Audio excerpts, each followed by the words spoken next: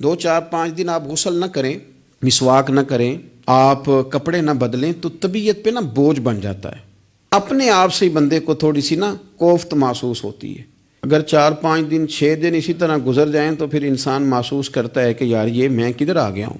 اب وہ جب گھر آتا ہے سفر سے لوٹ کے تو پھر وہ کپڑے نکالتا ہے تو کھانے سے پہلے غسل کرتا ہے، کھانے سے پہلے نہاتا ہے، کپڑے بدلتا ہے، مسواک کرتا ہے. طبیعت میری ٹھنڈی ہو گئی، اب ذرا میں فریش ہو گیا ہوں جی، اب میری طبیعت سے ہلکی پھلکی سی ہو گئی ہے جی میری طبیعت.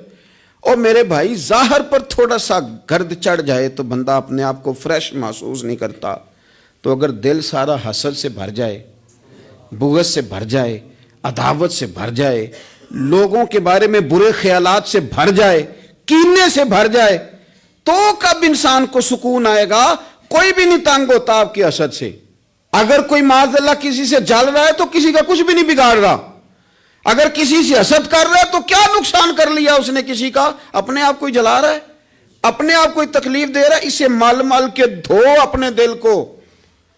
اگر یہ صاف ہو گیا تو تیرا وجود ہی ہلکا پھلکا ہو جائے گا، تو خود سکون میں آئے گا. اسے مل مل کے دھو، مل مل کے اس کو صحیح کر کے صاف کر. امام غزالی رحمۃ اللہ تعالیٰ علیہ سے کسی نے کہا تھا کہ ہم اتنا سنتے ہیں امام حسین کو، اتنا پڑھتے ہیں مولا علی کو، اتنے تذکرے ہیں ہمارے سامنے عثمان غنی رضی اللہ تعالیٰ عنہ، اتنا ذکر ہے فاروق اعظم کا، ابو بکر صدیق کا، اتنا ذکر ہوتا ہے حضرت نبی پاک علیہ السلام کے اخلاق عالیہ کا. پھر اس کا اثر کیوں نہیں؟ پڑھتے ہیں، سنتے ہیں، بیان کرتے ہیں، کہا جاتا ہے، سنا جاتا ہے، پھر اس کا وہ اثر کیوں نہیں؟ وہ طبیعت پہ چیزیں نقش کیوں نہیں ہو رہی؟ میری طرح کے لوگ جو اتنا بیان کرتے ہیں خود بے عمل کے بے عمل رہ جاتے ہیں. وجہ تو امام غزالی رحمۃ اللہ علیہ فرمانے لگے کہ اگر آئینے پہ گرد پڑ جائے تو اس میں عکس صحیح نظر نہیں آتے، آئینے صاف کر لیے جائیں تو پھر اس پہ عکس نظر آتے ہیں. ہمارے آئینے نا تھوڑے سے گرد والے ہو گئے ہیں، دل تھوڑے سے نا میلے کچیلے ہو گئے ہیں، تو کوئی بھی عکس اس پہ چڑھتا نہیں، جتنی مرضی بڑی بات سن لیں چڑھتا نہیں. مثال دیتے ہیں، کہتے رومیوں اور چینیوں کا مقابلہ ہو گیا تھا نقش نگاری کا. بادشاہ نے کہا جو اچھا نقاش نکلے گا، اچھی خطاطی کرے گا، اسے انعام دوں گا.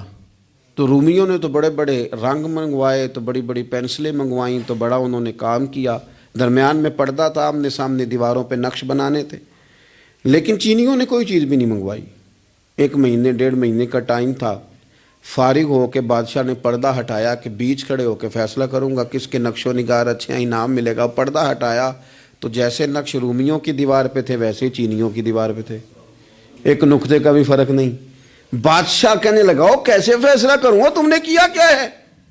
سمجھ نہیں آئی تم نے کیا کیا. تو چینیوں سے یہ بھی پوچھنے لگا کہ نہ تم نے کوئی رنگ منگایا، نہ پینسل منگائی، نہ کوئی اور چیز، تو بالکل سیم. وہ کہنے لگے بادشاہ ہم نے تو کوئی نقش بھی نہیں بنایا.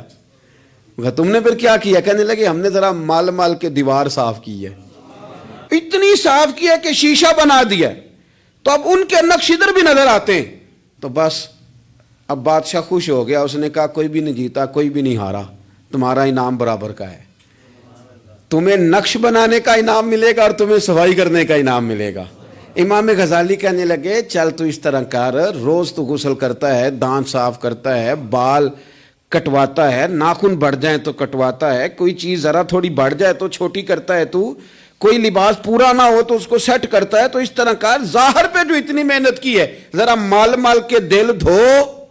انشاءاللہ امام حسین کا فیض بھی نظر آئے گا، مولا علی کے جلوے بھی نظر آئیں گے، حضرت عثمان غنی کی حیا کا عکس بھی نظر آئے گا. اسے پہلے دھو لے، پھر تمہیں سیدنا عمر کی عدالت کا فیض ملے گا، حضرت صدیق اکبر کی صداقت کا نور ملے گا. پھر تو دیکھنا تیری طبیعت پہ نبی پاک کے اخلاق عالیہ کا بھی فیض نظر آئے گا. لیکن پہلے اسے دھو لے.